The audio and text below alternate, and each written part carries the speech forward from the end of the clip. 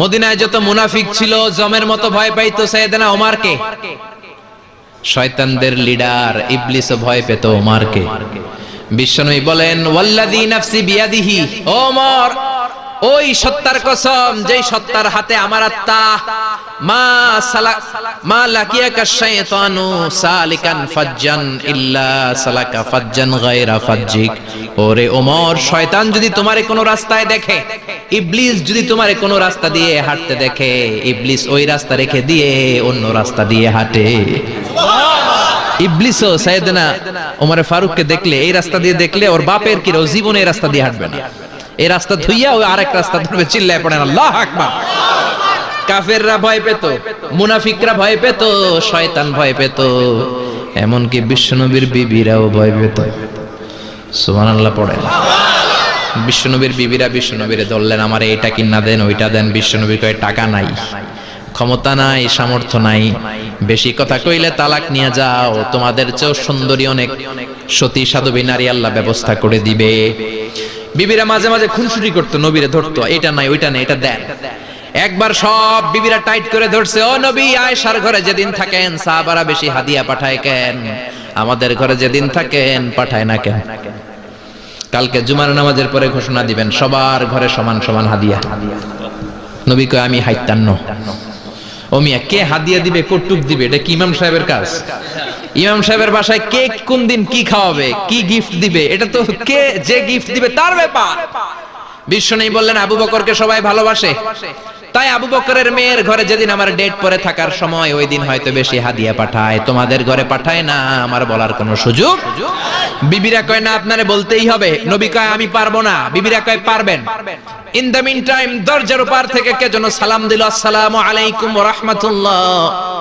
বিশ্বনবী বললেন ওয়া আলাইকুম আসসালাম।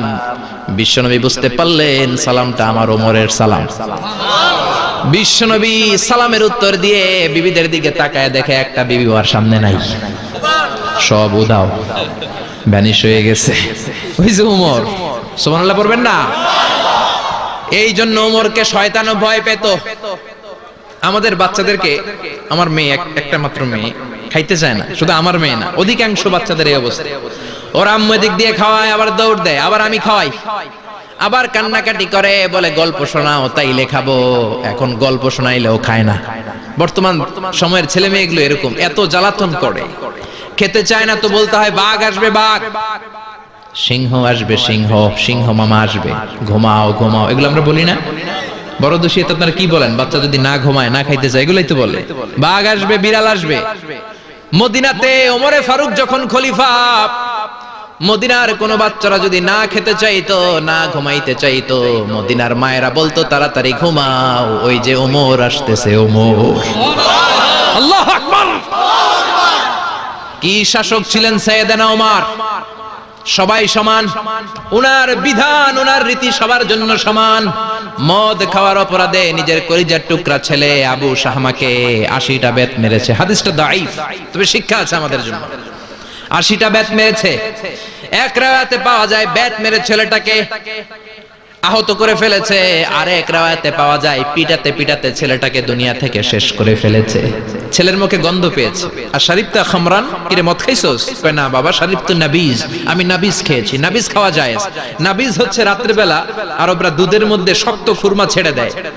1 কেজি দুধের মধ্যে 10টা শক্ত খুরমা ছেড়ে দিলে সকালবেলা দুধের কালারটা সাদা থাকে না, শক্ত খুরমার রস টেনে ওটা লাল হয়ে যায়, খেতে বড় মজা, এটাকে বলে নাবিজ।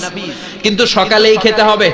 ওইটারে যদি 3 দিন জমায়ে রাখেন, 4 দিন জমায়ে রাখেন, ওইটাও গাঞ্জা হয়ে যাবে, ওইটাও তারি হয়ে যায়, মদ হয়ে যায়।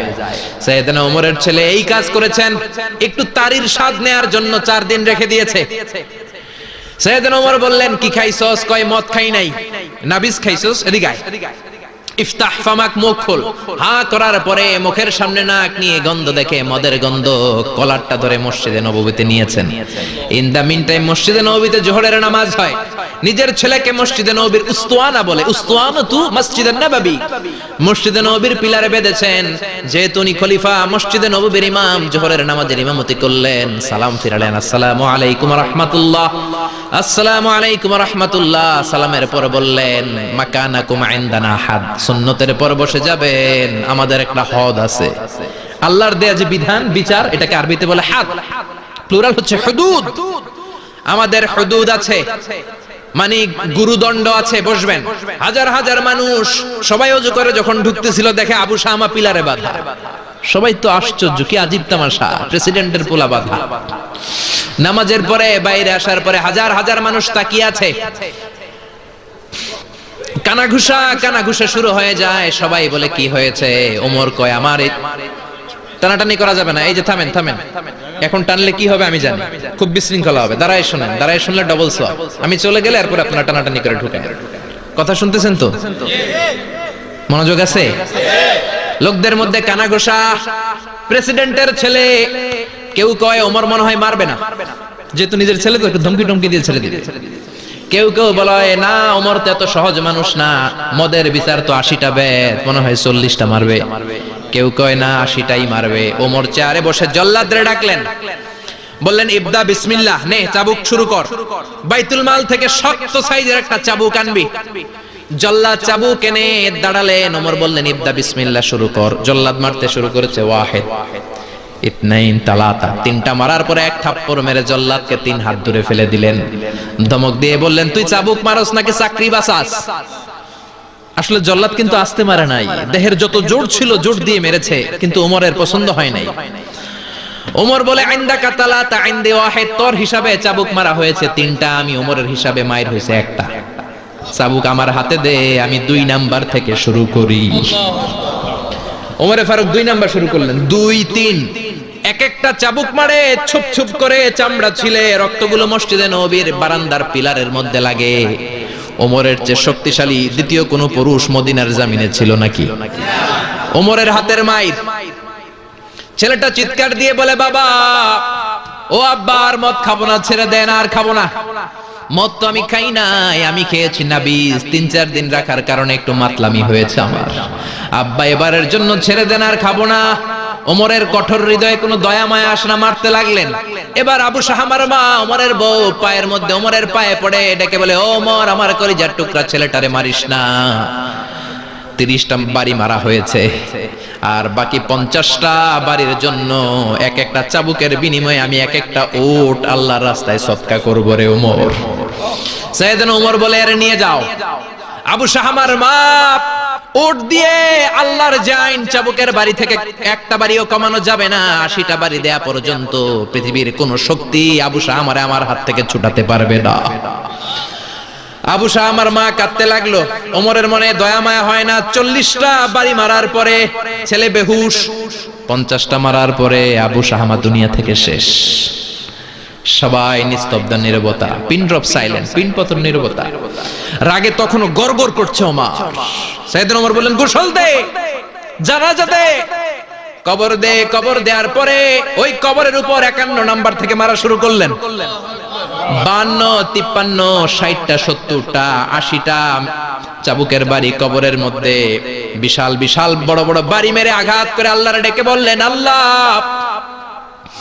আমার ছেলে হওয়ার কারণে, প্রেসিডেন্টের ছেলে হওয়ার কারণে আমি পার্সিয়ালিটি করি নাই, একটা চাবুকের বাড়িও কম দেই নাই। কিয়ামতের দিন তুমি আমারে জালিমদের কাতারে দাঁড় করাতে পারবা না। আল্লাহু আকবার। ওই ওমরের শাসন যদি দেশে থাকতো, দেশটারে মদিনা বানাইতো কে? এখন রিকশাওয়ালার পোলার জন্য এক নিয়ম, প্রধানমন্ত্রীর পোলার জন্য আরেক নিয়ম, কুলিওয়ালা ঠেলাওয়ালার জন্য এক নিয়ম, প্রেসিডেন্টের মেয়ের জন্য আরেক নিয়ম। জোরে বলেন ঠিক কিনা? সবার জন্য যদি এক নিয়ম হতো, চুরি করলে যদি হাত কাটা হতো, জিনা করলে যদি পাথর মেরে গর্দানটা উড়িয়ে দেয়া যেত, বাংলার জমিনে আর কোনো চোর আর জিনাখোর পাওয়া যেত না।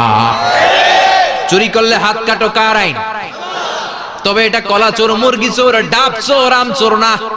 যেই চোরগুলো একটা কলমের সিগনেচারের খোঁচায় দেশের 1000 কোটি টাকা মেরে দেয়, ওই চোরদের হাত আগে কাটতে হবে। জোরে কোন ঠিক কিনা?